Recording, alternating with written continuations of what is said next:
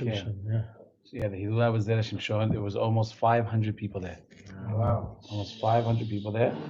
Hilula Zera Shimshon, wow. Yeah, the Hilula Zera Shimshon. 500 souls. Yeah, it's measured. It's crazy. The same as your followers. Same as the followers.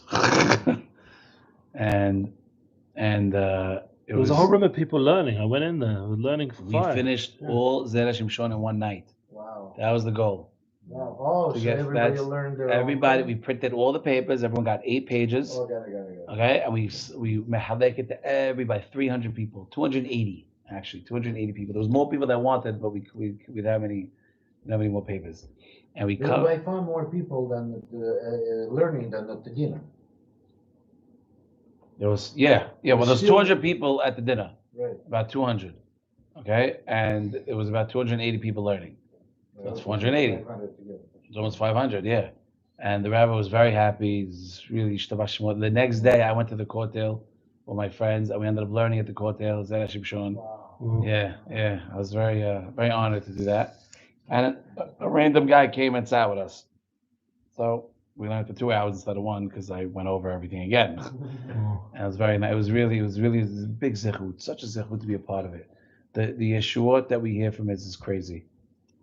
I want to see if I can get Yoel Gold to do a spread on it. You ever hear Yoel Gold? Yeah. I want to see stories. They're great. It's much it's better. Army as well. Yeah, but it's much better if the stories are testimonies. Right. So that's what I want to get. I want to get testimonies. He's in LA. You can ask him. Jonah Brooke is best friends with him. He said whatever you want to call him. Makes sense. So anyway, so but what the best part is right now, right back to it. Right back to it. You know what I mean? You finish Zot Beracha, you start Bereshit bara Elokim et hashamayim v'et haaretz. There's no break. I remember by last year, I did a cute video where I don't like doing videos, period. I don't like it. But I took a picture of my Hazon Ovadia, Chacham Ovadia Yosef halachot on Yom Tov.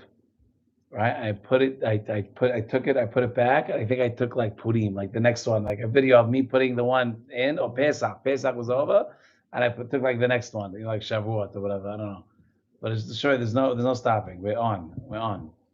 That's the unbelievable thing.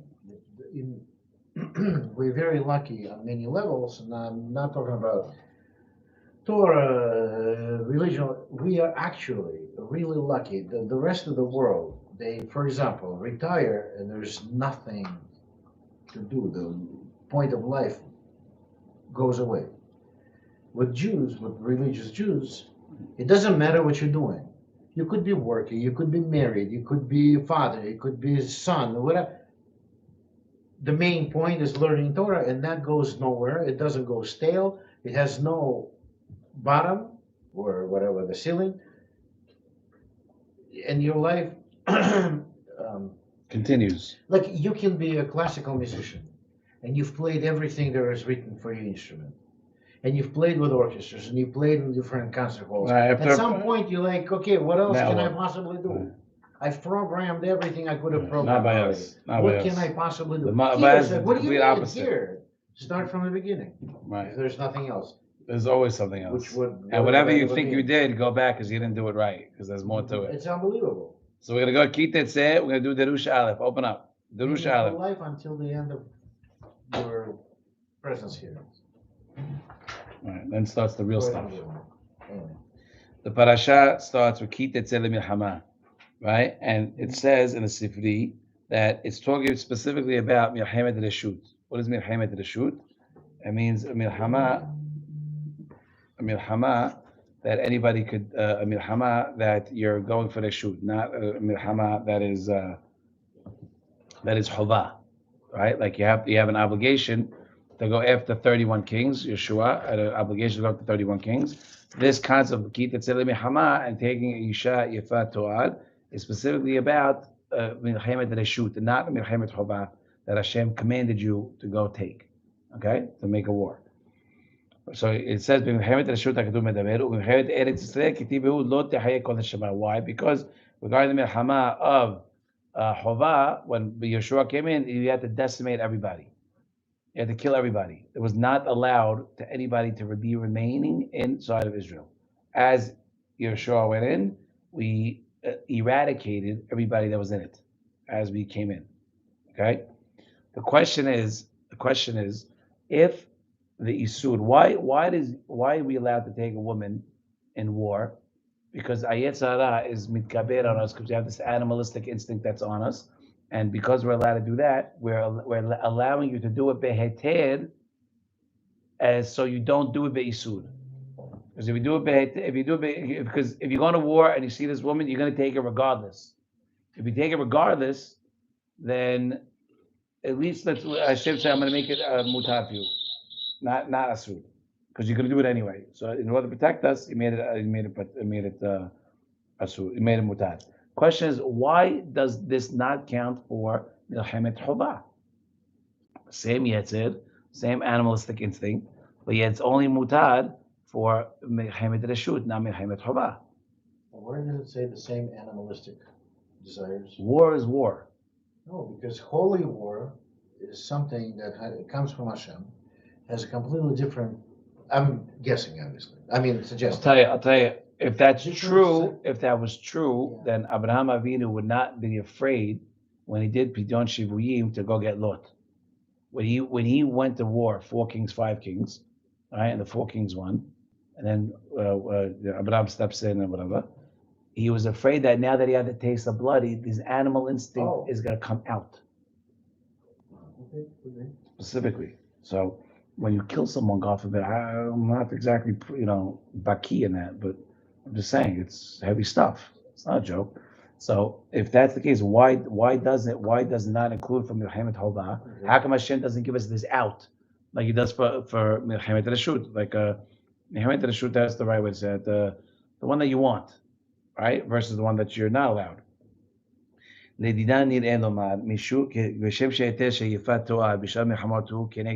we know. Okay, I'll sum it up. This is going to be a short. You good with that? I'm going to make this into a short. Yoshua sent out 3. When he said that he killed everybody before he went to war. He sent out 3 letters to all the kings, everybody that lived there, and he gave them 3 options. You have 3 options. He says, 1, you could go relocate. Leave, we won't touch you. Second one is make peace with us and be like what's it called? You'll be a ger toshav or something. Stay with us. Third one is prepare for war. Okay, and you have the Girshoni, I think, did the peace. The Givonim, or I think they got Africa. They got Africa because it says in the Gemara that a land just as pretty as Yehuda is talking about Africa usually. Judah, it's talking about Africa. And the 31 kings, that's why there were 31, because it was really a couple more. But really 31, because they're the ones that said we're going to war. But you see from this that what? The 31 kings, that's where it gets included with Lo Teheh Kol Neshama. Right? And this is the reason that they accepted the Havazonah. The Havazonah, this was before, but if the Pasuk says you have to kill Lo Teheh Kol Neshama, no one could survive. If nobody could survive, how did Rahav marry Yoshua? Because she made teshuvah. And the fact that she made teshuvah allows her to stay here. So what does that mean? If a person that we know the land will not accept anybody, right? It says that it's going to leave you very quickly. It's going to spit you out if you don't do right. We talk about this a lot. It's important to know that you live in Israel, you have a responsibility. You have a responsibility more than you had in the States. Okay? Or Russia. Why? Because you're in God's land. And God gave it to you, so you need to be responsible. But if you're not, the land's going to spit you out. Yoshua sent these letters, these options to the kings, because if you're willing to make the Shua, you could stay. You don't have to leave. Because the land could sustain you and could handle you. If not, then it can't handle you. Right? It says, and so the same thing with Israel. The Israel, if we don't listen to the Nevi'im, if we don't listen to our rabbis, even today, Beit HaMikdash Shishon, Beit HaMikdash Sheni, we had armies. We had people. We had these things. We were, Beit Rishon, we were on top of the world. and we fell. How could it be? Because we didn't listen. We didn't keep Shabbat. We didn't do what we were supposed to do. Crazy stuff. It's crazy. It's I crazy. mean, we're looking from here. It's like, what? You had a Bet HaMikdash with miracles, open miracles in your face nonstop. How do you go and violate the word? I mean, we live in the. Yeah. We think if we're you doing were, good. We you think we're doing see- good. We don't know nothing. How can we think? But we're acting partially on belief. And them? There was no belief. Hashem was in your face. Oh, because you had the bit. Oh, because you had the. Basement, Yeah, you had 10 miracles every day in the Beit HaMikdash. Yeah. Well, because Yeravam didn't allow all of Israel to go. Remember, you had the 10 Shabbatim already broke. 10 and 12 and 2. So the 10 weren't allowed to go, and that's why the last one, who was the last king? It says that 10 generations of Avodah Zarah. The last one wasn't as bad as the others, but yet he was the one that the Beit HaMikdash was destroyed, right? And why? Because he was the one that took away the soldiers from their entrances to leave the city. So he opened up the roads. So Bnei Yisrael can go. If the Beit HaMikdash didn't want to go, let them go. And nobody went. So because nobody went, Hashem said, okay, now you're out. Well, that's not Zera Shimshon. So that's Nachman Kahana. No, it was also Zera Shimshon. He says, and nobody went. And now we have Eretz Israel, and people continue living in America like nothing changed. And they're comfortable with it. I will be here to defend them. Yes, The ones inside of America, to Me tell too. you, when we were on the But I plane, hear you. we were crying. Someone asked a We had- question. He We had said, no idea what we were doing. the golden calf was made right after the miracles of the Machas and the Geula, the redemption. Same question there. The what? The golden calf. Ask it again, please. The golden calf was made right after the miracles of the plagues and the redemption. What's So there's times of revelation, and yet we still fall. Oh, so I'll tell you, the Egel was different. The Egel happened. I'll tell you something even crazy about the Egel. The fact, it's a great question. How could you fall? You were so inspired. So inspired. You had Hashem coming out, and then also we did the Egel. How could it be? The answer is that inspiration without Torah is very dangerous. As easily as you go up, is as fast as you come down. We had that Aseret Diberot, but we didn't have the rest of the Torah yet. Moshe went back up to get it. So when we didn't have it, and we were all okay, let's do what we think is right, but we don't have any guidance, it's very dangerous. Just like in business, by the way. I want to do good, but if you do the wrong thing, you're gonna lose money. It's not all you need. Your inspiration needs to be contained. You need to have a keli. You are the keli. The Torah it puts you in the keli, and then you can go very far, much further than you ever think you can go. But only if you learn halacha, only if you learn Gemara. You understand? That's how you're gonna be. How do you expect to build the building without having an architect? I want to build it. I'll buy all the tools. Great, but if I put things like this instead of like this, then my things gonna look retarded. Not crazy. It doesn't make sense. Anyway, back to what we were That's saying. why your partner needs to be Ezra Knegner. You're like, yay, we can do it. He's like, I'm not so sure. Right. Chaim and Yerushalayim, you know that guy? Try that. So listen. So the whole thing about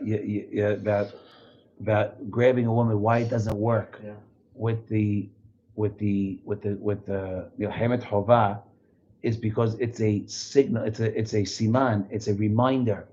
They are here. You're coming against them because they didn't listen and they're allowing the Yetzer Haras to take over them. That's why the land is kicking them out. And that's why you're coming and you got to kill everybody because they had the option to convert. They had the option to make peace and to travel and go find, we'll give you another land, and they didn't take it.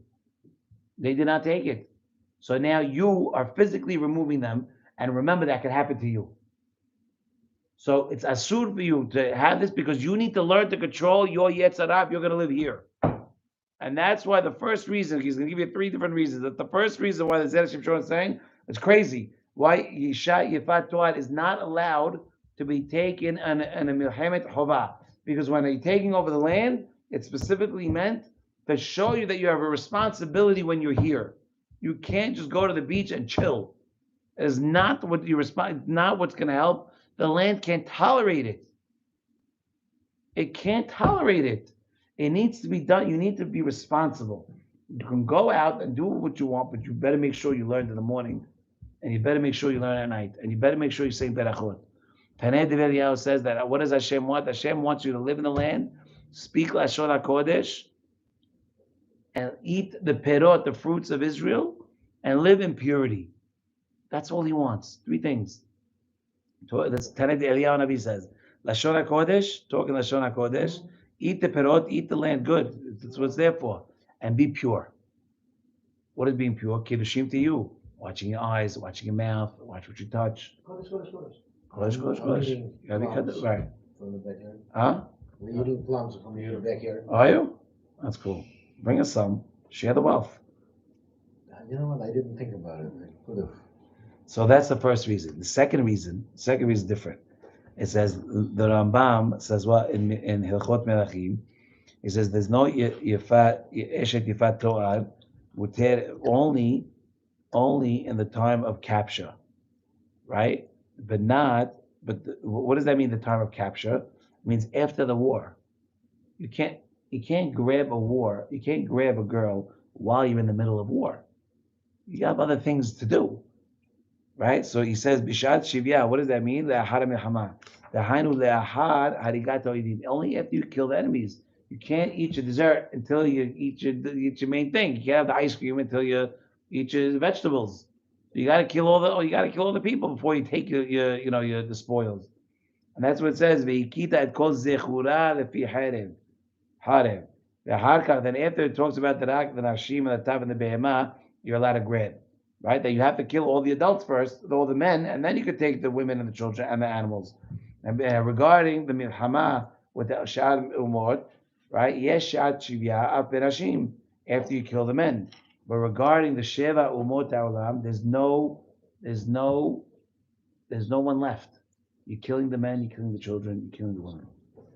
Hashem said you have to eradicate everybody, fumigate, done deal, gotta go. And because of that, there's no women. There's no women left. So the first thing we told you is because it's a sima, it's a reminder to say you're going to move into this land now because they're not here. You got to make sure you're going to be pure and control your yetzirah. Don't allow it to take over you. You have it to the shoot. Okay, it's going to happen. We're not going to push. Not going to push the buck so much. Whatever. We'll make it mutar because he's going to do it anyway. But chovah, no, you have big responsibility. Big responsibility. It's like the first time wearing a suit, you're much more careful. Second, third time you wear the suit, it's a little. You're falling asleep on the couch on it with it. So that's the first answer. The second answer is that Bob says that it doesn't matter because you got to eradicate everybody anyway. And the spoils only get split on a milchama, they shoot, right? Only after all the enemies are killed, right? But regarding the milchama of Sheva Umot, there's no such thing, you got to kill everybody. You got to kill everybody. The third answer, we're going to end with this, that the milchemet Eretz Yisrael hi chova al kol Yisrael lahalo kulan, ve'eno beyado lehayota. It's not up to you to let her live. You see a girl, I fall in love with her. I want to grab her. It's not up to you. You got to kill everybody. Shareh, because if you don't kill her, someone else will. Because everyone is obligated to kill everybody. So if that's the case, if you want to say, oh, this one I like, I want to keep, I'm going to walk by, but she got to go. What do you mean? She's got to die. What do you mean? That's what God said. That's what Yeshua said. What did you do that for? What do you want? He said, we're killing everybody. What are you doing here? What do you think this is? It's not mahjong. We're not playing cards. We're killing everybody. That's what it's got to be done. Right? Right? Oh, so that's regarding Sheva Umot Olam. However, regarding all the other milhamot that we do, the shoot, right? Sharashut beyad kol ehad yikach shevi umakor ulfasher benehem. That regarding any other, like, by the way, what's an example of a war that was done that shoot? Syria, David HaMelech captured on his own. He wasn't commanded by God. He went to war, he won. So Syria is the shoot. So if we find a girl there when you're in the war, this would apply. Keep this Hama, but it would not apply if it was for Sheva Umot Ha'olam. You understand? And this third answer we give again is that again it's not up to you. If you don't kill her because you want to whatever with her, then someone else is going to come and kill her. Reuben's just going to come and kill the girl for you because I don't know who she is. She's got to die. Regarding other wars, we know we keep all the women separate or whatever spoils we want to keep, and then we all split it. We divvy it up. So Reuben says, "No, I got dibs on that one." Okay, you got to deal with that. Fine, keep the Tetzei Milchama, but you still got to kill all the enemies first, right? As opposed to the 7 umot ha'olam that there's you eradicating clean slate. But regarding a regular war, right? That's not chovah. You would kill all the enemies and gather all the loot, and you would split it accordingly with all the soldiers. That's the difference between chovah, milchemet chovah, and milchemet reshut, and why you're not allowed. There's no concept of isha yifat to'ad regarding a milchemet chovah, and there is one regarding milchemet reshut.